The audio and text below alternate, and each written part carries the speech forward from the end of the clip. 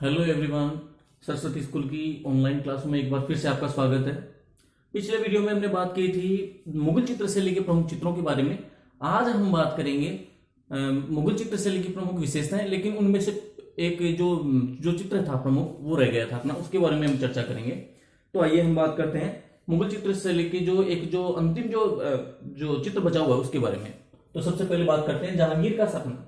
देखिए, ये जो चित्र था, आपने जब हमने जहांगीर के बारे में पढ़ा था और एक वीडियो में मैंने प्रश्न पूछा भी था कि जहांगीर का प्रिय चित्रकार कौन था। उसे आप अबुल हसन बोल सकते हो या फिर अबू हसन बोल सकते हो। तो जहांगीर का प्रिय चित्रकार अबू हसन था। अब क्योंकि इसके काल में ये चित्र बना, जहांगीर के काल में ये चित्र बना, अतः इसे अबू हसन ने बनाया क्योंकि ये इसका प्रिय चित्रकार था। तो आइए हम इसके बारे में विस्तार से चर्चा करें। अब क्या हुआ, जहांगीर का सपना, नाम से स्पष्ट है किसका चित्रण होगा, जहांगीर का, और एक सपने मात्र जैसे, क्योंकि उस समय ईरान का जो शाह था, ईरान का जो सफवी सुल्तान शाह अब्बास था, उससे और जो जहांगीर था, उन दोनों के जो रिश्ते थे वो मधुर नहीं चल रहे थे, या यूं कहें कि दोनों के बीच में कुछ मनमुटाव था। इस स्थिति का फायदा उठाया किसने? अबू हसन ने। किसने उठाया? अबू हसन ने। और अबू हसन ने क्या किया, क्योंकि ये दोनों कभी मिले ही नहीं थे, फिर भी इन्होंने क्या किया, अबू हसन ने जहांगीर और शाह अब्बास को, ईरान के सफवी सुल्तान शाह अब्बास को, दोनों को गले मिलते दर्शाया। किसने? अबू हसन ने। किसने दर्शाया? अबू हसन ने जहांगीर को। अब इसके पश्चात अगर देखें तो संपूर्ण चित्र में दोनों को एक ग्लोब के नीचे, जो तत्कालीन जो स्थिति थी उसके सटीक अनुमान, यानी सटीक जो ग्लोब था या ग्लोब का जो सटीक जो चित्रण था वो उसमें अंकन है, उस पर दोनों को अंकित किया गया। लेकिन जहांगीर को कहां पर? एक शेर पर। जहांगीर को तो किस पर? शेर पर, शाही लवाजमे के साथ, उनके पीछे जो सिर के पीछे प्रभामंडल के साथ, इसको स्वर्ण प्रभामंडल के साथ इसको अंकित किया गया। वहीं पर जो ईरान का जो शाह अब्बास था उसे भेड़ पर दर्शाया गया। कैसे दर्शाया गया? भेड़ पर, तथा साधारण वस्त्रों में उसे चित्रित किया गया। किसे? ईरान के सफवी सुल्तान शाह अब्बास को। अब क्योंकि इन दोनों के बीच में मधुर संबंध नहीं थे, इससे क्या हुआ, अबू हसन ने इसका फायदा उठाया और अब क्या किया, इस चित्र के तहत अबू हसन ने जहांगीर को एक पदवी दे दी। और पदवी कौन सी दी? नूर अल दीन की पदवी किसने दे दी? अबू हसन ने। किसको दे दी? जहांगीर को। किसको दे दी? जहांगीर को, जिसका अर्थ होता है आस्था की रोशनी। क्या होता है? आस्था की रोशनी। यह पदवी किसने दे दी? अबू हसन ने। किसको दे दी? जहांगीर को। अबू हसन ने किसको दे दी? जहांगीर को। इससे प्रश्न होकर जहांगीर ने भी किसे अबू हसन को किसे दी? अबू हसन को एक पदवी दे दी, और पदवी का नाम था नादिर अलजमा या उलजमा, अर्थात युग शिरोमणि। क्या हो गया? युग शिरोमणि की उपाधि किसने दे दी? जहांगीर ने। किसे दी? अबू हसन को। अब दोबारा पुनः सुनिएगा, अबू हसन ने इस चित्र के तहत अबू हसन ने किसको दी? जहांगीर को नूर अल दीन अर्थात आस्था की रोशनी नामक पदवी दी। वहीं पर इससे प्रसन्न होकर जहांगीर ने इस अबू हसन को, किसको? अबू हसन को कौन सी उपाधि दे दी? नादिर अल जमा अर्थात युग शिरोमणि की उपाधि इसने दे दी। संपूर्ण जो चित्र है वो स्वर्ण और रजत रंगों के साथ इसमें चित्रित किया गया। यह हो गया जहांगीर का सपना। अब आगे हम बढ़ते हुए आगे बात करेंगे जो मुगल चित्रशैली की जो विशेषताएं, हम विशेषताएं बोलकर इनको संपूर्ण बोल सकते हैं, विषय और विशेषताएं। अब देखो, विषय क्या होता है? विषय जिस कोई भी चित्र बनाया जाता है जिस पर आधारित हो, वो उसका क्या होता है? विषय। जैसे भगवान विष्णु का अगर चित्र बन गया तो वो किस पर आधारित हो गया? धार्मिक चित्रण हो गया। क्या हो गया? धार्मिक चित्रण हो गया। तो ये धार्मिक इसका विषय हो जाएगा। इसके अलावा जैसे कोई ऐतिहासिक ग्रंथ है या तो कोई इतिहास से संबंधित हो, जैसे बाबरनामा हो, उसका चित्रण हो गया तो ऐतिहासिक इसका क्या हो गया? धार्मिक। इतिहास इसका क्या हो गया? ऐतिहासिक चित्रण पर आधारित, ये इसका विषय हो गया। तो इसके विषय और विशेष दोनों विषय, ये विषय विशेषताओं में गिना जा सकता है। आइए विषय में सबसे पहले हम बात करें विषय। अब देखो, जो मुगल चित्रशैली की जो विशेषताओं में जो विषय है वो इसकी विशेषताओं में गिना जा सकता है। सबसे पहले इसमें सामाजिक जो चित्रण है उसका अंकन इसमें किया हुआ है। हालांकि मुगल चित्रशैली के जो चित्र हैं वो अजंता के समान उनके समान नहीं है, फिर भी क्या इनके जो चित्रण है मुगल चित्र शैली के चित्रण, क्योंकि प्रारंभ में आपने पढ़ा था मुगल शैली के जो चित्र थे उनमें दोनों का अंकन यानी ईरानी और भारतीय चित्र शैली के मिलान से मुगल चित्र शैली का ये जो सम्मिश्रण से ही मुगल चित्र शैली का विकास हुआ और ईरान की कठोरता और भारतीय कोमलता के साथ इसमें चित्रण किया गया। तो जो सामाजिक जो चित्रण है वो इसमें किसमें हुए, मुगल चित्र शैली में। तो इसकी ये विषय हो गया सामाजिक चित्रण। अब क्योंकि मुगल चित्र शैली दरबार प्रत्येक शासक के साथ परिवर्तित होती रही या उनके अनुरूप बदलती रही, तो इसे हम क्या कह सकते हैं, दरबारी चित्रण। अर्थात इसमें जो भी चित्र बने वो दरबार से संबंधित चित्र बने, या तो सम्राट का बना या उसकी रानी का बना या उसके परिवार से संबंधित जो अन्य सदस्य हैं उनके चित्र इसमें बने। तो ये दरबारी चित्रण इसमें हुआ। इसके अलावा आप देख सकते हो कि ये जनसाधारण से दूर थी, अर्थात सामान्य जनजीवन पर आधारित इसमें कोई चित्रण नहीं हुआ, जिसके बारे में विशेषताओं में बात करेंगे आगे। आखेट, शिकार जैसे इत्यादि का चित्रण इसमें हुआ। इसके अलावा धार्मिक चित्रण अर्थात रामायण महाभारत आपने सुना होगा, रजमनामा हजमना ये हमजानामा, इनका जो चित्रण है वो किसके काल में हुआ, ये मुगलों के काल में हुआ। पौराणिक ग्रंथों पर आधारित, पौराणिक जो ग्रंथ है उन पर आधारित भी इसमें चित्रण हुआ, जो इसका विशेषता है। प्रकृति इसमें चित्रण हुए, भारतीय पशु पक्षियों से संबंधित जो चित्रण है इसमें किए गए। इसके अलावा शिकार दृश्य, युद्ध संबंधित दृश्य, सभी का मतलब आप अभी विशेषताओं में हम पढ़ लेंगे, सभीयों से संबंधित चित्रण। इसके अलावा शान शौकत, प्रेम कथाएं, इन सभी से संबंधित जो चित्रण है वो मुगल काल में हुए। ये इनके विषय हो गए। अब इनको विस्तार से विशेषताओं के साथ हम पढ़ेंगे। सबसे पहला सभी क्या है, सभी क्या है, सभी का मतलब होता है व्यक्ति चित्रण। क्या होता है, व्यक्ति चित्रण। बार बार हम पढ़ रहे हैं, सभी व्यक्ति चित्रण दोनों एक ही है।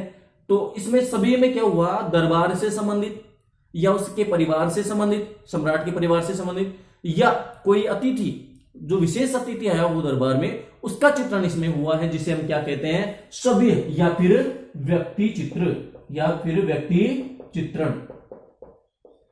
अगला है हास्य। अब क्योंकि मुगल चित्र शैली में आपने अंत में देखा था कि मुगल काल में जो हास्य थे अपेक्षाकृत चौड़े बनाए जाते थे। तो हास्य का मतलब क्या हो गया, फोटो की जो फ्रेम होती है उसे हम क्या बोलेंगे, हास्य। तो मुगल काल में हास्य का चौड़े हास्य का चित्रण किया गया। अगला है पशु पक्षी अंकन। अब क्योंकि इसमें मुगल काल में भारतीय जो पशु पक्षी थे उनका चित्रण हुआ था। आपने देखा था पक्षियों में तीतर, बटेर, क्योंकि उस समय जो आनंद के जो विशेष जो कार्यक्रम थे उनमें पक्षियों की लड़ाई इत्यादि हुआ करते थे। तो विभिन्न पक्षियों, मुर्गों, तीतर, बटेर, इसके अलावा मोर, आपने देखा था सलीम के जन्म जो चित्र था उसके ऊपर ही ऊपर कौन नाच रहा था, मोर। तो इनका चित्रण ये पक्षियों का चित्रण हुआ है। इसके अलावा घोड़े, हाथी इत्यादि, घोड़े, हाथी इत्यादि जो पशु है उनका भी अंकन इसमें हुआ है। तो ये क्या हो गया, पशु पक्षी अंकन।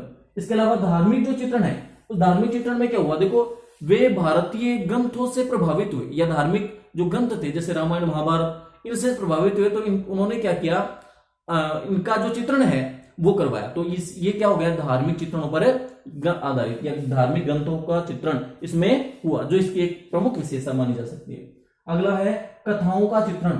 कथाओं का चित्रण, कथाएं विशेष प्रकार की हो सकती थी उस समय, जैसे लैला मजनू, जिसे हम क्या कह सकते हैं, प्रेम कथाएं। कथाएं मतलब कथा तो कथा है, प्रेम कथा हो चाहे जो भी हो। तो लैला मजनू का जो कथा थी उसका चित्रण किया गया। इसके अलावा अमीर हमजा, दास्तान ए अमीर हमजा मान लो या अमीर हमजा, इनका जो चित्रण है यानी विभिन्न कथाओं पर आधारित जो चित्रण है वो मुगल काल में हुआ। अगली जो विशेषता है रंग योजना। अब देखो मुगल काल में जो रंग योजना थी, जो पृष्ठभूमि थी, पृष्ठभूमि का मतलब क्या होता है, पीछे की भूमि। जैसे पीछे का जो मान लो कोई फोटोशूट या जो भी करवाते हैं तो उसके पीछे जो पर्दा होता है वो क्या कहलाएगी, उसकी पृष्ठभूमि क्या कहलाएगी, पृष्ठभूमि। तो पीछे की जो पृष्ठभूमि में, किस भूमि में, पृष्ठभूमि में धूसर, उदासीन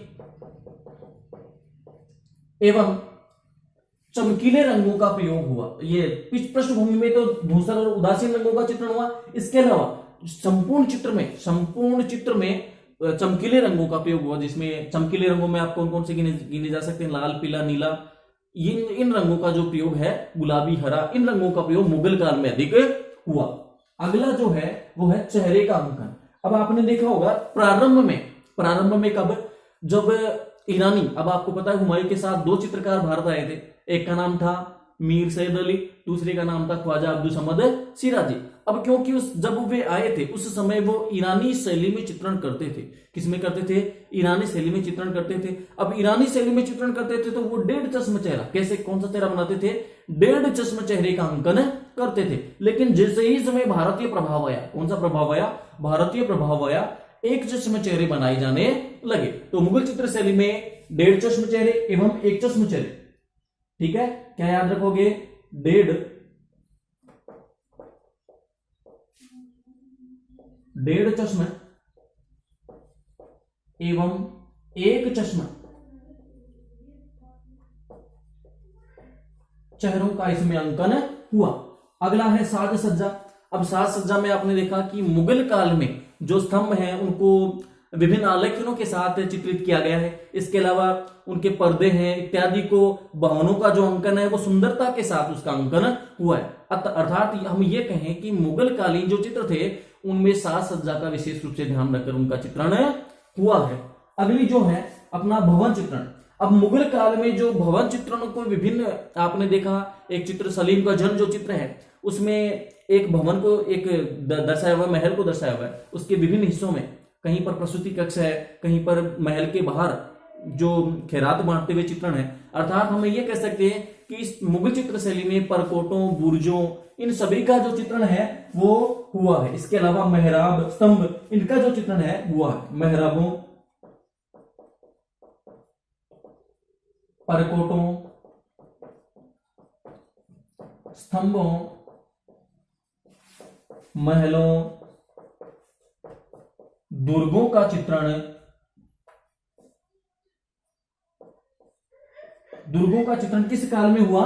मुगल काल में हुआ है। आगे हम पढ़ें तो इसकी अगली जो विशेषता है वो है दरबारी कला। अब क्योंकि मुगल जो चित्र शैली थी वो केवल दरबार तक सीमित थी। मैंने एक बार पहले भी आपको बताया था कि मुगल कालीन जो कला है वो बंधी हुई कला थी, यानी दरबारी कला में बंधी हुई कला थी। इसमें जो भी चित्रण है वो आम आदमी से दूर था और जो भी चित्र बने वो दरबार या दरबार से संबंधित किसी व्यक्ति विशेष का ही बना। अतः ये एक प्रकार की क्या थी? दरबारी कला थी। अगला जनसाधारण से दूर। अब क्योंकि जनसाधारण ये बहुत खर्चीले होते थे। अब इन चित्रकारों को जो मुगल सम्राट है वो अपने संरक्षण में रखते थे, जिनके लिए उनको एक बड़ी धनराशि वहन करनी पड़ती थी। अतः कोई भी चित्र बनता था तो वो उसके लिए काफी व्यय खर्च करना पड़ता था या काफी व्यय करना पड़ता था। अतः ये जनसाधारण से क्या थे? दूर थे। अगला है ऐतिहासिक चित्रण। अब मुगल काल में जो ऐतिहासिक जो ग्रंथ थे, एक ऐतिहासिक जो ग्रंथ थे जैसे तैमूरनामा, ठीक है, विभिन्न प्रकार के अन्य जो ग्रंथ थे उनका भी चित्रण इस समय हुआ। जैसे तैमूरनामा में क्या हुआ? तैमूरनामा में तैमूर जो वंश है उनका संपूर्ण वंश का चित्रण हुआ। बाबरनामा में बाबर के समय का जो चित्रण है वो हुआ। अकबरनामा है, इन सभी का जो चित्रण है वो उस समय हुआ। अर्थात हम ये कह सकते हैं कि मुगल कालीन चित्रकला में ऐतिहासिक चित्रण हुआ। अगले है प्रकृति का चित्रण। अब मुगल कालीन कला में प्रकृति का भी सुंदर ढंग से अंकन हुआ है, जिसमें विभिन्न पेड़ पौधों, पुष्प लताओं, पशु पक्षियों का अंकन, इसमें यथावत स्थान पर इनका चित्रण किया गया। अगली विशेषता है वस्त्राभूषण। अब स्त्री और पुरुषों का जो वस्त्राभूषण, वस्त्राभूषण का मतलब वस्त्र और आभूषण, इनका उचित ढंग से उचित स्थान पर इनका चित्रण हुआ है, जिनमें आप अलग अलग देखो। सबसे पहले स्त्री आकृति में जो उनकी वेशभूषा है उनका अंकन कैसे हुआ? इनका अंकन देखो, घेरदार घाघरा, इसके अलावा तंग कंचुकी, वहीं पारदर्शी ओढ़नी के साथ इनका अंकन हुआ है। वहीं पर पुरुष आकृति में आप क्या देखोगे कि पुरुष आकृति में लंबा जामा, तंग पायजामा, इसके अलावा कमर पर पटका और सिर पर पगड़ी का जो अंकन है वो विशेष रूप से इसमें अंकन हुआ है। तो इसी के साथ जो अपनी जो मुगल कालीन जो चित्र शैली थी ये इनका चित्रण हुआ। इसी के साथ हम पाठ संख्या 2 का जो ये अध्ययन है हमने किया, इसके लिए आपका जो प्रश्न है, जो अंतिम वीडियो के अंत में जो प्रश्न पूछे जाने हैं वो आज मैं प्रश्न रखूंगा आपके सामने एक। तो सबसे पहले मेरा आज का जो प्रश्न है वो क्या रहेगा कि जो जहांगीर था उसने अबू हसन को कौन सी उपाधि दी? याद रखिएगा, जहांगीर ने अपने प्रिय चित्रकार अबू हसन को कौन सी उपाधि दी? इसका जवाब आप कमेंट बॉक्स में दें। और एक विशेष बात उन छात्रों के लिए जो केवल वीडियो देखते हैं और कमेंट नहीं करते हैं, मैं आपको बता दूं कि आपको जो आप तक ये जो बातें पहुंचाने या जो पढ़ाने का जो सिलसिला है, इसके लिए प्रत्येक टीचर को कितनी मेहनत करनी पड़ती है वो आप इस समय नहीं जानते हो। आप तो अभी मजाक में डूबे हो। अतः मेरा ये आपसे ये कहना है कि प्रत्येक वीडियो को देखें और देखकर उनका कमेंट बॉक्स में जवाब देवे। वरना आप तो वैसे ही काफी इंटेलिजेंट बच्चे हो, काफी विद्वान मैं कहूंगा, और कुछ गर्ल्स भी विदुषियां हैं, उनका भी मैं जिक्र करूंगा क्योंकि वो तो सब कुछ पहले से जानते हैं। चलो देखते हैं अगले इस वीडियो में कितने कमेंट आते हैं, उसी के हिसाब से अगले वीडियो में मैं आपका नाम लूंगा जिन जिन ने कमेंट नहीं किया। इसी के साथ अगले वीडियो में पाठ संख्या 3 की हम बात करेंगे, राजस्थानी चित्रशैली विस्तार से चर्चा करेंगे क्योंकि ये जो पाठ है वो 3 अंक का होगा, तो इसका जो प्रश्न आना है वो बड़ा प्रश्न आएगा, तो विस्तार से इसके बारे में चर्चा करेंगे अगले वीडियो में। तब तक के लिए जय हिंद, जय भारत।